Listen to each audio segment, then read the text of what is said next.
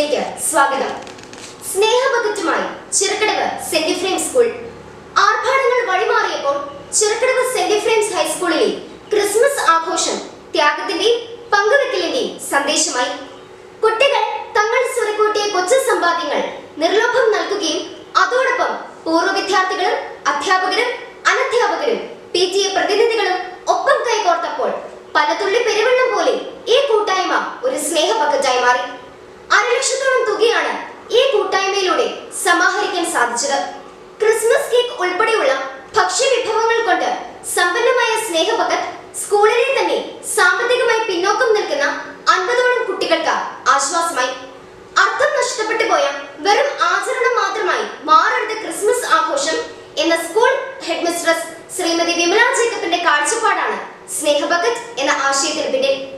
ആഘോഷങ്ങളല്ല കരുതലാണ് വേണ്ടതെന്നും ക്രിസ്മസ് ആഘോഷങ്ങൾ അർത്ഥപൂർണമാകുന്നത് ഇത്തരത്തിലുള്ള പങ്കുവെക്കലിലൂടെ ആണെന്നും സ്കൂളിൽ നടന്ന ക്രിസ്മസ് ആഘോഷങ്ങളിൽ സംസാരിക്കുകയായിരുന്ന school manager father Varghese Puthuparambil തന്റെ സന്ദേശത്തിൽ കുട്ടികളെ ഓർമ്മിപ്പിച്ചു.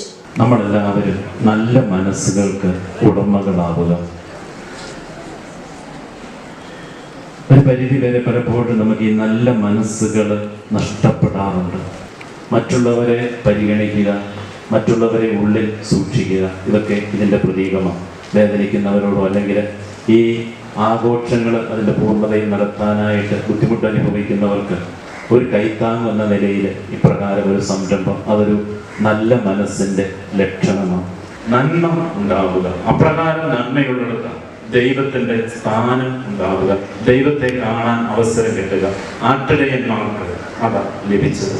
നല്ല മനസ്സിന് നമ്മൾക്ക് ഉടമകളായി തീരാൻ ശ്രമിക്കാം. വാർത്തകൾ അവസാനിക്കുന്നു. ചിറക്കടവ് സെന്റ് എഫ്രേംസ് സ്കൂളിലെ ലിറ്റിൽ കിഡ്സ് യൂണിറ്റിൽ നിന്നും അനീന ജോർജ്.